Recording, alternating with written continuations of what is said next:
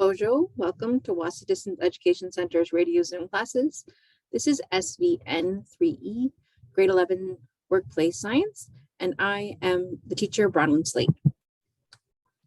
If you'd like to participate live today, you're welcome to call the Wahsa studio at 1-800-465-7144 or 737-4017. You're welcome to listen on the radio at 91.9 FM or on the television at Bell Express U channel 972. I'm always happy to have you join me through the Zoom link live. The link is available from me, your teacher, and also your DEC. Our classes are scheduled on Monday through Thursday from 3 till 4 in the afternoon, and we are starting our second week of our 9-week course.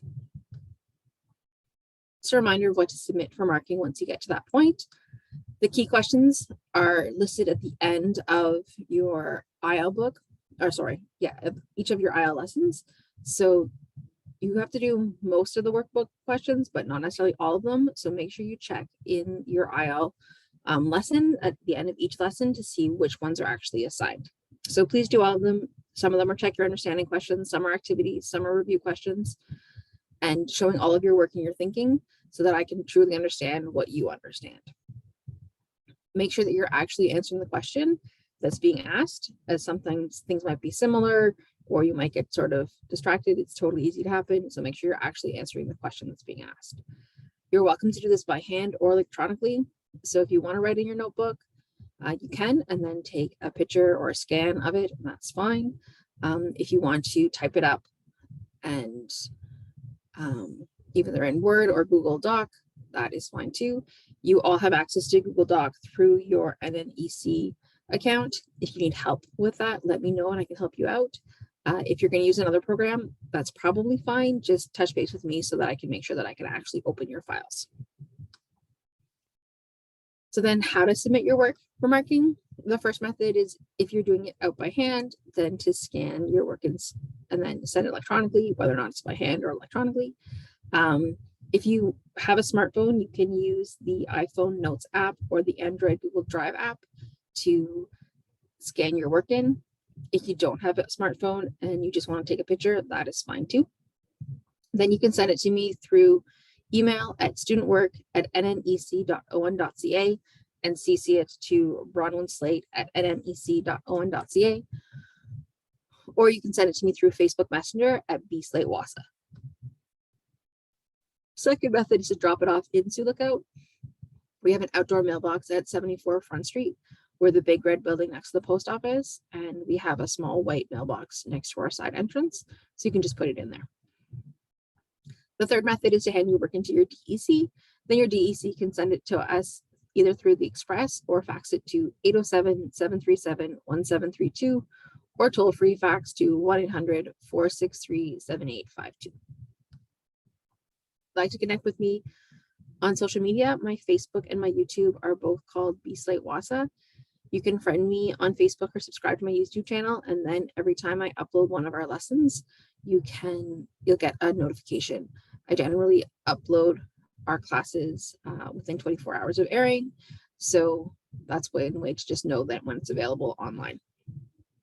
I also have linked all of the videos that we show in class. I've linked the actual videos in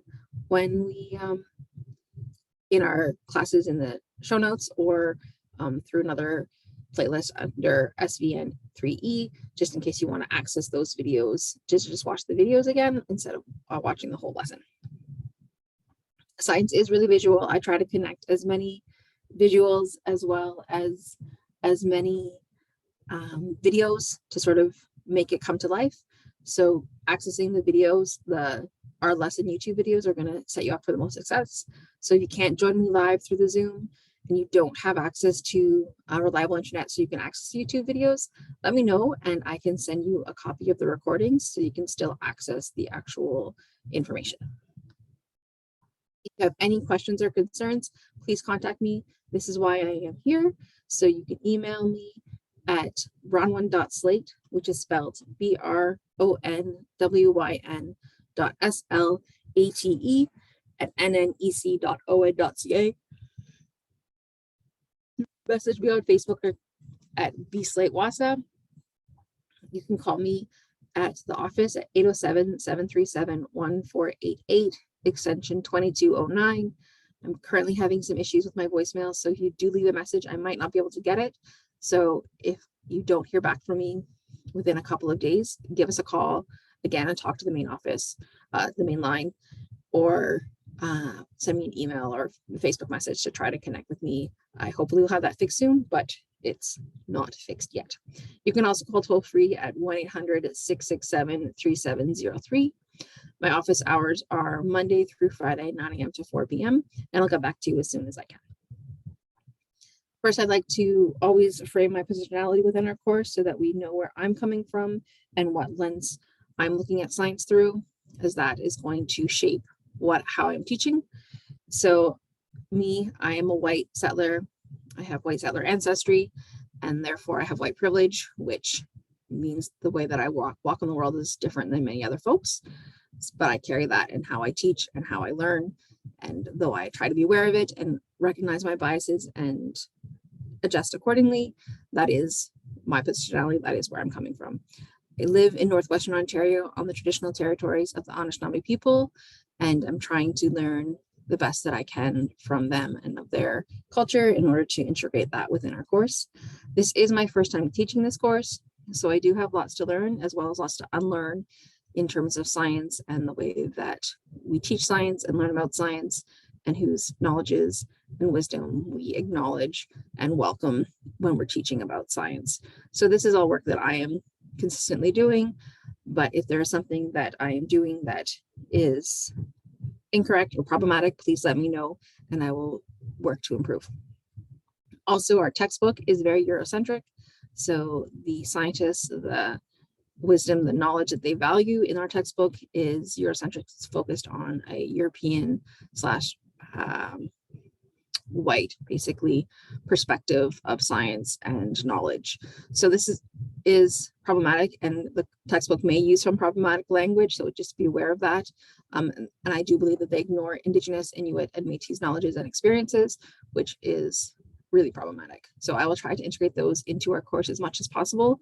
But if I'm missing something or there's something that folks know about that would like to be included, please let me know so that I can learn and grow, but also I can share that information with our other members of the class.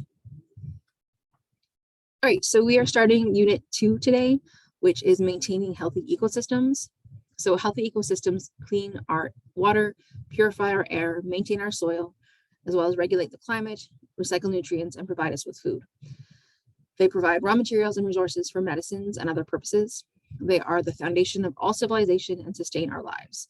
So it's simple. We cannot live without these ecosystems. So we're learning about how these work together and how we impact them and they impact us. So this is lesson 4 of our course, cycling of substance in ecosystems. And we're on week 2, day 5.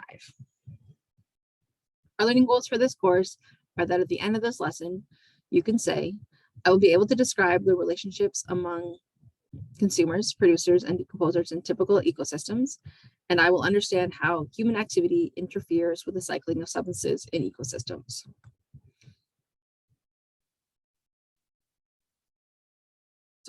Success criteria. I know that I've met the learning goals because 1, I can give examples of producers, consumers, and decomposers in both natural and human ecosystems. 2, I can explain the negative impacts of human activities on ecosystems. And 3, I can explain steps humans are taking to manage our impacts in more sustainable ways. All right, so let's first look at what ecosystems are and how they work. We are going to watch a video so that we can actually see this in play, opposed to just me talking about it.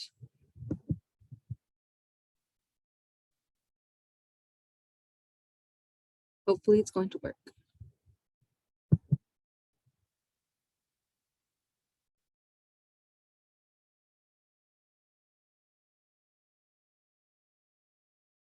I'm having a day with technology. Okay.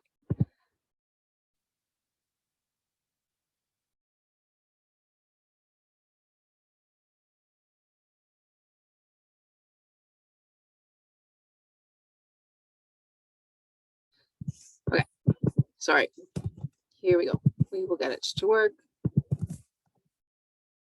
was gonna have a backup plan.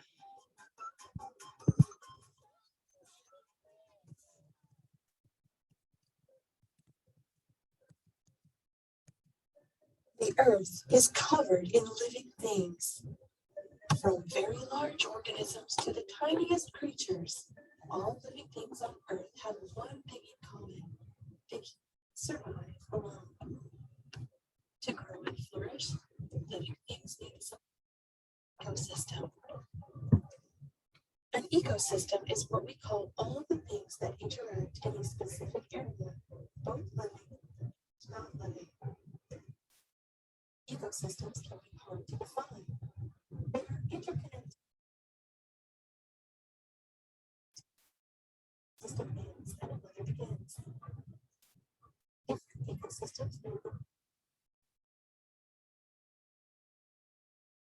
systems are made of the same basic parts. Ecosystems have both living and non-living parts. The non-living parts of an ecosystem include things like sunlight and temperature, air and wind, an amount of water available, and rocks and soil. The living parts of an ecosystem are the plants and animals in it.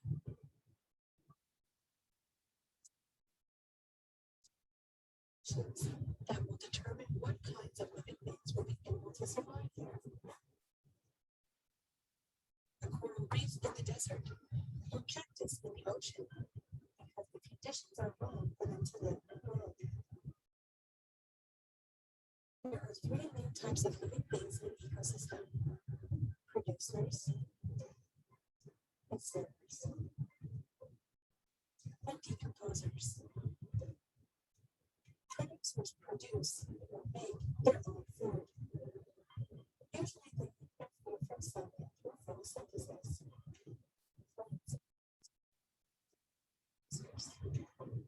Without producers, would be able to survive. But because other things are consumed, they need to consume or eat their food. Some animals called herbivores get their energy from eating plants.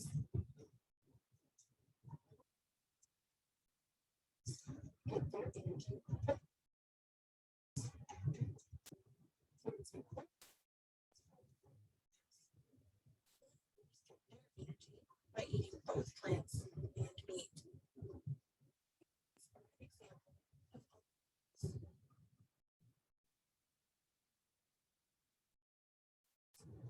Decomposers are generally bacteria and fungi. They consume dead plants and break them down into nutrients that are released to soil. Nutrients are used by producers of the plants to help them grow and to support again. Things inside an ecosystem form a community.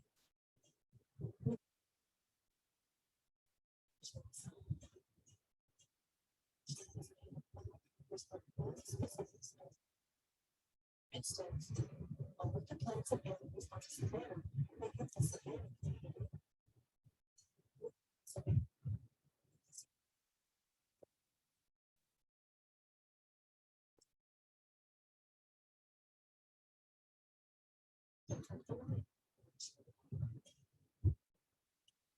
All the parts of an ecosystem must work together to reach a balance that allows each of the members of the system to grow. Balanced ecosystem predators keep the population of rabbits from growing too large, because when there are too many rabbits, they eat too many plants. Plants would not be able to grow back faster. Their animals that eat the plants to eat.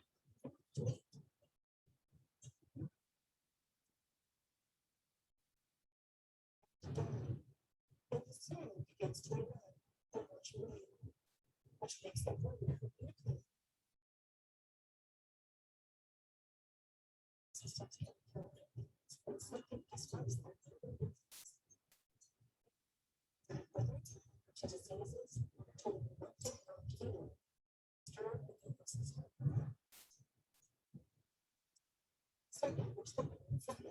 ecosystems. By cutting down trees and clearing forests, cities, some animals, introducing plants, it can become impossible for the plants and animals in an ecosystem to grow. In cases, ecosystems can become gain a healthy balance if given to risk of deliberate starving in the first place.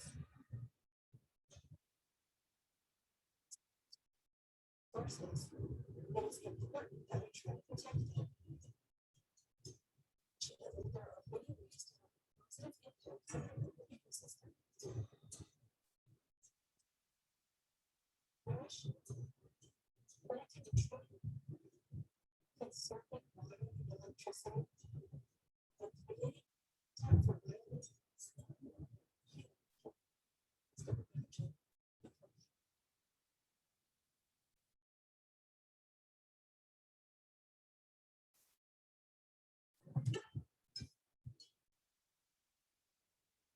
Right, so that went over what an ecosystem is.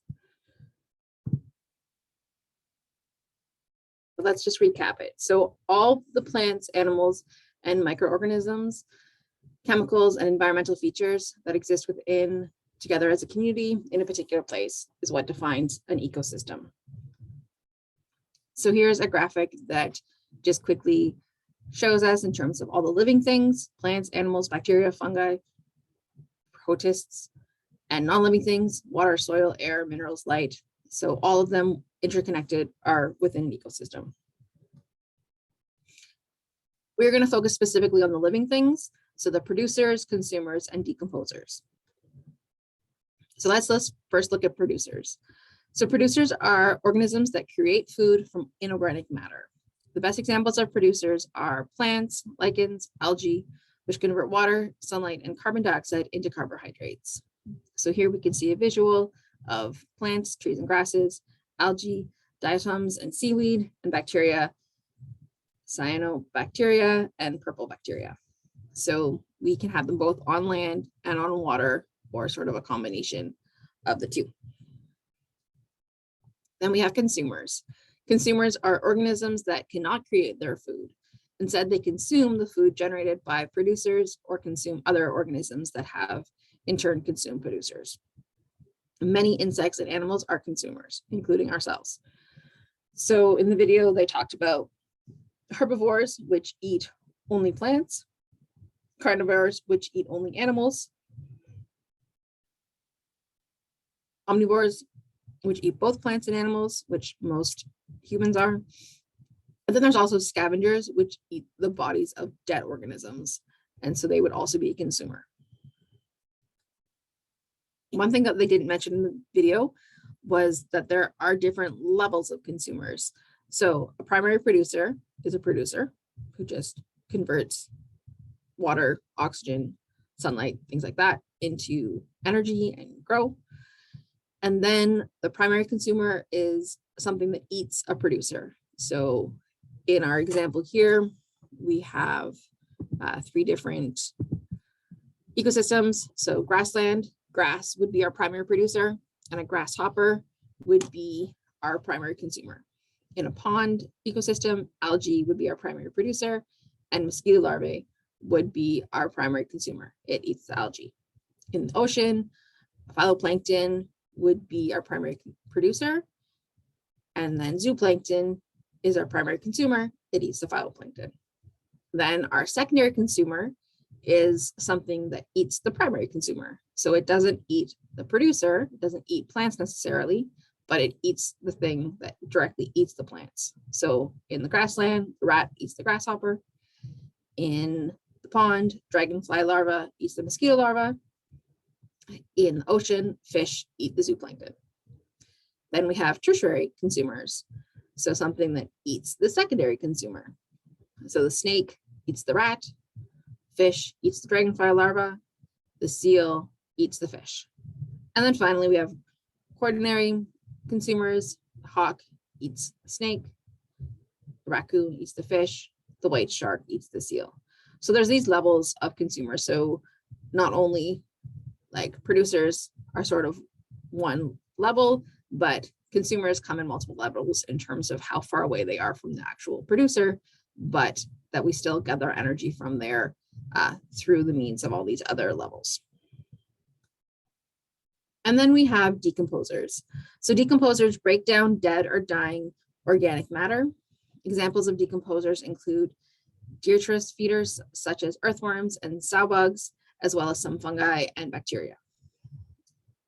Here they also say scavengers can also be thought of as decomposers, so they're sort of on the line in terms of consumers and decomposers. It's a little bit gray. So here's a picture of that just shows what decomposers look like. So fungi, like mushrooms, bacteria, and protists, which are really small, insects and worms are all the things that eat things that are dead. So a healthy ecosystem produces its own food, consumes it, and then is able to recycle the waste that comes from those activities. So that is an ideal setting, which most of natural ecosystems are able to do. So they make their own food, they consume it, or something else consumes it, and then something else deals with the waste that comes from making their food and consuming the food, and then that recycles. Then the thing that produces food most likely uses what the decomposers have left behind. So we have, within these ecosystems, there are various systems that cycle through, and where we get what we need from based on those the work that decomposers and producers do. They're not all plants exactly. And we also, as consumers, have a role to play. So this screen that we're looking at here is the oxygen cycle. So we know that we have oxygen in our atmosphere, and then animals breathe that in and breathe out carbon dioxide, which plants take in and need. And then through photosynthesis, they release oxygen back into the air. Then also when animals decompose and when plants decompose, we add the oxygen and the carbon as well. Other minerals are in our body. As they die, they decompose and potentially create fossil fuels over time, and soil contribute nutrients to the soil, which then we industrialize, but just then continue the cycle around in terms of what is introduced in terms of oxygen. As you can see, there's a lot more ways that carbon dioxide is released into the air, and less ways that oxygen is introduced into the air, which is just something to sort of connect in terms of burning of fossil fuels and the greenhouse gas effects.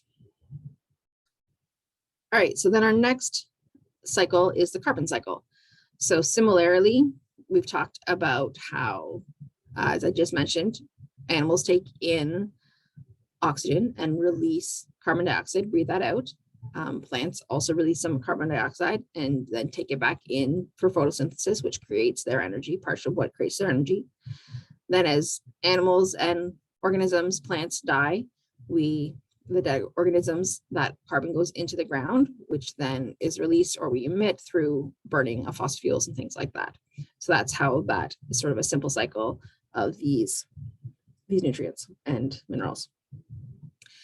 Then we have the nitrogen cycle, which we briefly talked about before, but here we again have our plants, our producers, and our decomposers. So our plant either decompose, and the nitrogen is cycled back into the ground, which goes through a little bit more of a process in terms of becoming different kinds of nitrates, and goes back into the air. But the plants take the nitrogen out of the air, because remember, the air is 78% nitrogen, but most in terms of consumers, can't use that nitrogen, though we all need it. Can't use that nitrogen from the air. We need the producers to process it in order for us to be able to use it. And then when we die, or our waste reintroduces it back into the cycle, and around we go.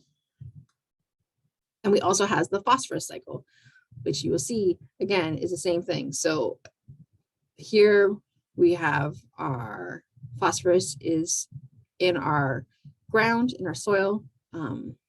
If it's in our air, it collected in terms of our decomposing or like breaking down into and streaming into water, and then comes back into our soil. And then plants draw it up, it's absorbed by plants and used by plants to grow.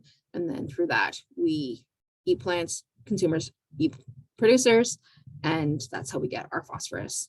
And then when we die, both producers and consumers, we introduce that back into the decomposers, break us down and introduce that back into the soil and cycle that around. Sulfur cycle. So the same thing with sulfates in terms of the same process is that we get them from the soil, plants take them up, and then so producers take them from the soil, then animals take them from the producers by consuming the producers. Then when plants and animals decompose, then the decomposers break them down and introduce them back into the soil. And then there's other ways as well in terms of how things move around through water or through volcanization or burning of fossil fuels in terms of what we introduce back to the atmosphere and then how it cycles as well. But they're all interconnected in terms of the producers, consumers, and decomposers cycling those same nutrients and minerals through all of our systems in terms of how we all thrive. So a well-balanced ecosystem can support itself indefinitely if they are not disturbed. So if everything is going away, those cycles continue to process things around and around and around, and that is enough for everything to thrive and do well. It can go on maintaining healthy levels of all of the different levels of producers, consumers, and decomposers by doing just that, producing, consuming, and decomposing. But what happens if that isn't healthy, if there are things that are interrupted? Anyway, that's the next part. So right now you can pause the video and look at your Check Your Understanding question number 1 on page 31, where you should be able to talk about the things that cycle through an ecosystem. All right, so now we have human activity, because things aren't just straightforward with nothing being interrupted, those ecosystems. So how human activity upsets ecosystem cycling. This is the crux of the matter. This is the reality, is that everything isn't just healthy because we have showed up. So different ways that humans impact these cycles that we just talked about. Waste from farming livestock, so like cattle, releases large amounts of ammonia into the soil. So then the nitrogen within the ammonia and the nitrates easily dissolve into water. Then the extra nitrogen in the water can be toxic to aquatic organisms. So it's toxic to the water animals and plants. And the extra nitrogen in the soil makes plants grow really fast, and therefore they become weak. They don't have the time that they need in order to grow properly and healthily. Also, farming practices can strip nitrates, phosphates, and organic material from the soil. So this can cause erosion and acidic soils. And this leads to desertification, where fertile soil becomes unable to support plant life. So both we add too much of things in some places which have negative impacts, and we take too much away from other places that have negative impacts. So we really can, if we are disrupting the soil, then that means that's where part of what the producers need in order to grow and thrive. And therefore the consumers can't grow and thrive if we have limited producers or unhealthy producers. And therefore the decomposers, if both the consumers and the producers are not doing well, the decomposers are not going to do well, which means that they don't add the things back into the soil, which is what the producers need. So as soon as the cycle starts to weaken, starts to degrade, then everything continues to degrade. So we have this graphic that's from your workbook, where we can think about human activity as a similar producers, consumers, and decomposers. So we can sort of mimic that relationship within ecosystems. So producers, we can think of as the elements of human activity that grow crops and drill for fossil fuels. So we're getting the things that we need. The consumers consume food and purchase and use all the products. So the majority of us are consumers, though some of us are both producers and consumers, but most of us are consumers. And then the decomposers are the things that we have, like sewage treatment plants and metal recyclers, ways that we deal with our waste. And those aren't always necessarily as effective as we need them to be. So let's look at natural ecosystems versus human activity systems. So we're remembering that a natural system, all the organic plant and animal matter is biodegradable. So it decomposes, and then decomposer sunlight and oxygen can break them down completely with nothing left and into reusable minerals and nutrients. So that's why their system is a healthy one, because everything can be broken down. Whereas human activity systems, we do not have as efficient and as effective decomposers. So much of what we produce and consume is not biodegradable. It does not break down. We're just left fit for hundreds and hundreds of thousands of years. And then when we no longer use something, we waste, it becomes waste, and therefore it becomes a pollutant. So we consume a lot, and what we're consuming doesn't get recycled back into our system, into our cycle. But the problem is that our systems are interconnected. So the fact that Earth's decomposers can't recycle all the waste that's created by humans. So we can't deal with it, and the environments around us can't deal with that waste, and that is problematic. So one thing to look at in terms of the waste that we create is our literal waste, our poop. That's one of the waste that the humans create. We've talked about how there are almost 8 billion people on the earth. That is a lot of poop. And so there are things to take into account about how to actually deal with this and make it something that is sustainable and usable. Just leaving it and not dealing with it has a really negative, unsustainable impact on our environment, but there are folks in the world who are working to use it to create a sustainable, positive influence on our environment. So we're gonna look into that a little bit.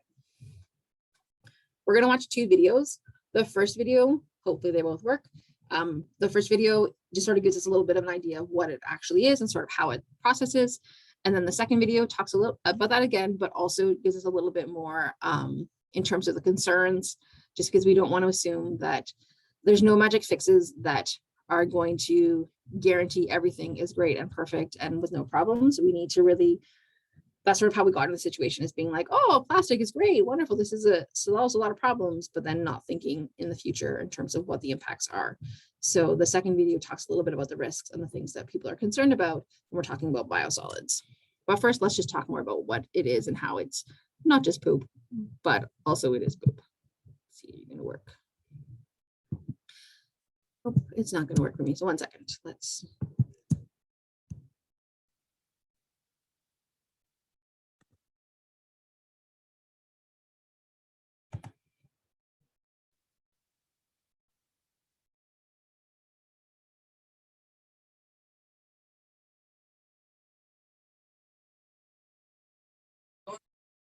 It's used to grow food or plants for our region.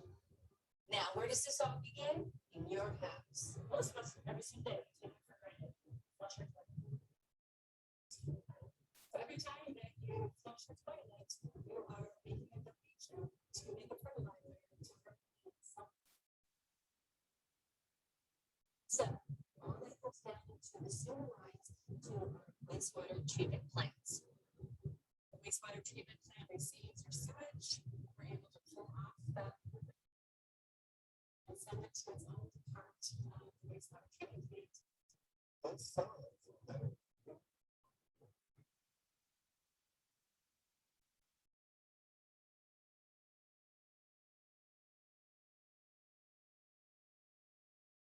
Biosolids help us return carbon back to the soil, helping us to plant.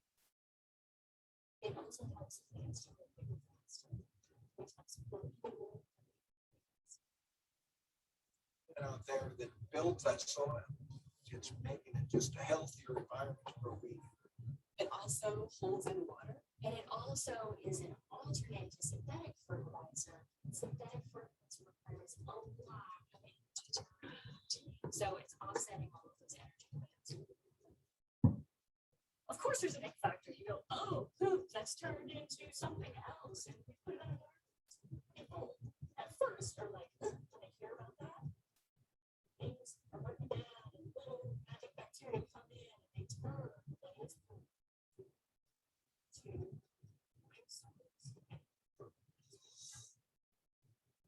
being able to produce a renewable resource from these so it's a this resource. So taking nutrients from here. So we're able to actually put those back. So it's very sustainable. And being able to make people aware of what happens when they go to the toilet or take a shower, then say this waste can be turned into a renewable resource. Can't respond. I think that is part of the best story.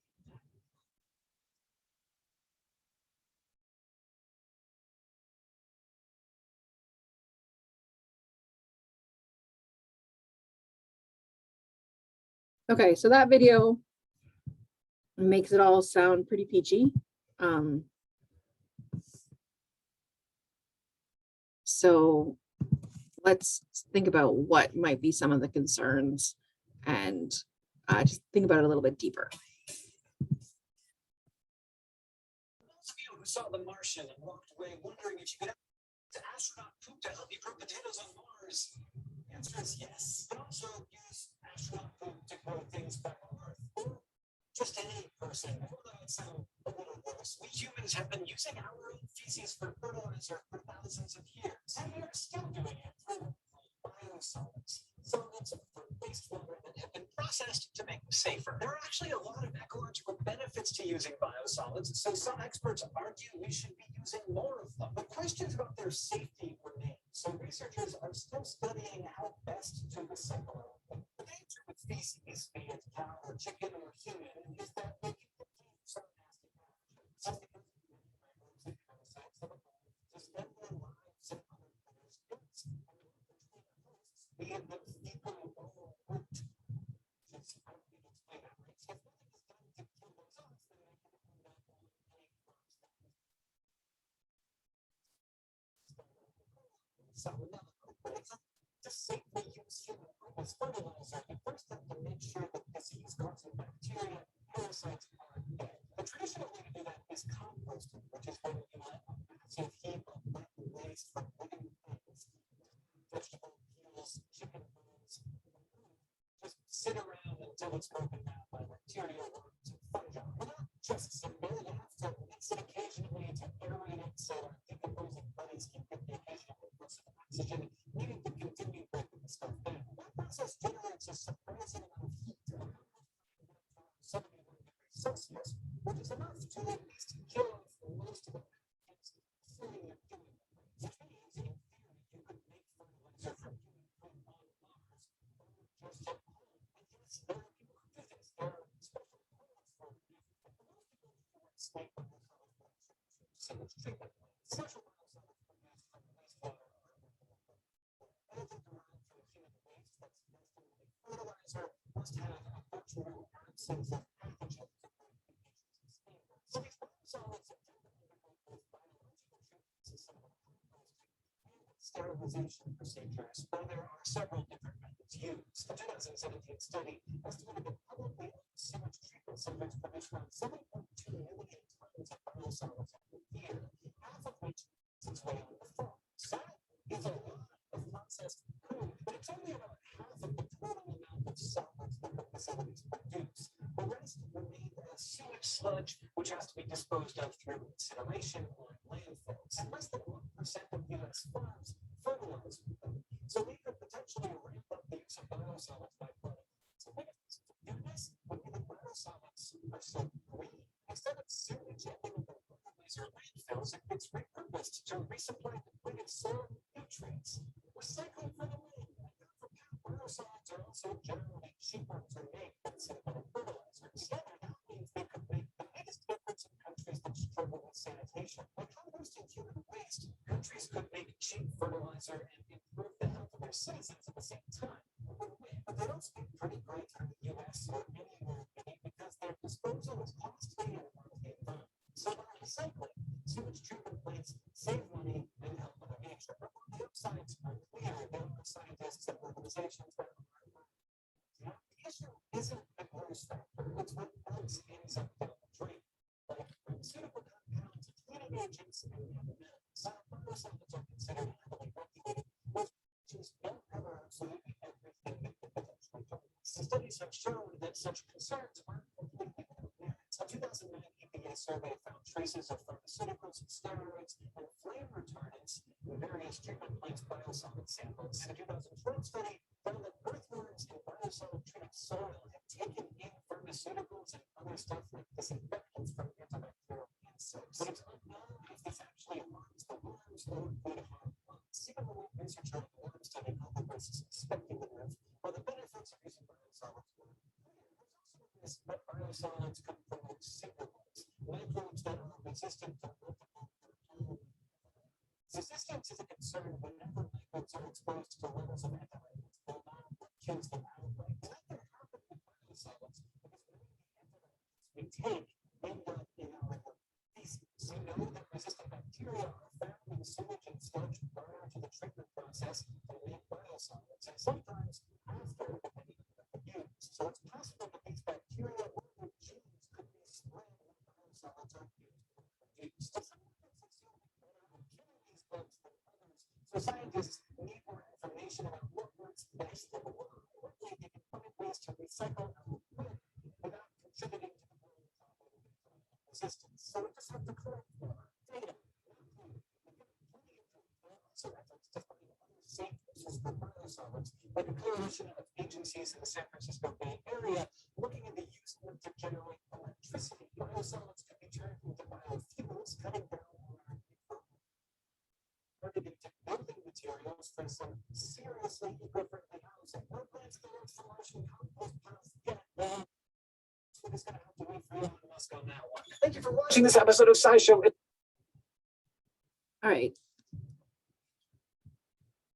So that just gives us a little bit more of a holistic picture in terms of the concerns as well as the benefits.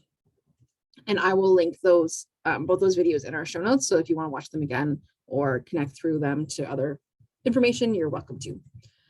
So biosolids exist whether or not we're using them as fertilizer. And so before we've started to think about them fertilizers, and currently there are different ways that we dispose of them. So first, one way is to dump them in landfills like everything else. But this means that the nutrients cannot cycle through any ecosystem because they're contained in or surrounded by non-biodegradable materials. So the nutrients just get sort of lost and trapped. They also are burned as fuel, but this means that we're releasing carbon and other chemicals into the air, which then contributes to the greenhouse gases and that effect, and therefore global warming and climate change. So that is not ideal as well. They are dumped into the oceans, but this means that they're damaging the aquatic ecosystems because they are not meant to be there, and that those systems don't have the tools to deal with them, and therefore they are disrupting those ecosystems, and that's also problematic. And then they can be used to revive and fertilize soils. This may be the best solution, but there still are concerns about heavy metals, drugs, and other toxic substances in the biosolids. So it is not perfect yet, though maybe we are moving into this direction, which is definitely more of a positive direction than just leaving them around and hoping they magically disappear. Okay, so how are biosoils used to revive eroded soils?